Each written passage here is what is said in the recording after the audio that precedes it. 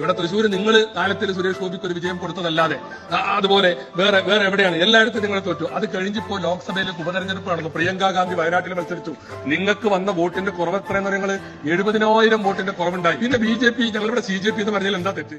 Wayanad ഉപതെരഞ്ഞെടുപ്പില് LDF-ന്റെ 70,000 vote പോയതില് Shamsuddin ഉത്കണ്ഠ പ്രകടിപ്പിച്ചതായി കണ്ടു. Sir, ഞങ്ങള് അല്പം പിന്നോക്കം പോയി എന്നുള്ളത് ശരിയാണ്. പക്ഷേ കോൺഗ്രസ് സിറ്റിംഗ് സീറ്റില് 86,000 വോട്ട് മറിഞ്ഞ് BJP ജയിക്കുന്നത് ഷംസുദ്ദീൻ കണ്ടില്ലേ? തൃശ്ശൂരില് BJP-യിലേക്ക് കുത്തിയൊലിച്ച 86,000 കോൺഗ്രസിന്റെ വോട്ട്, അതിനെക്കുറിച്ച് പരിശോധിക്കുന്നതല്ലേ കൂടുതൽ നല്ലത്?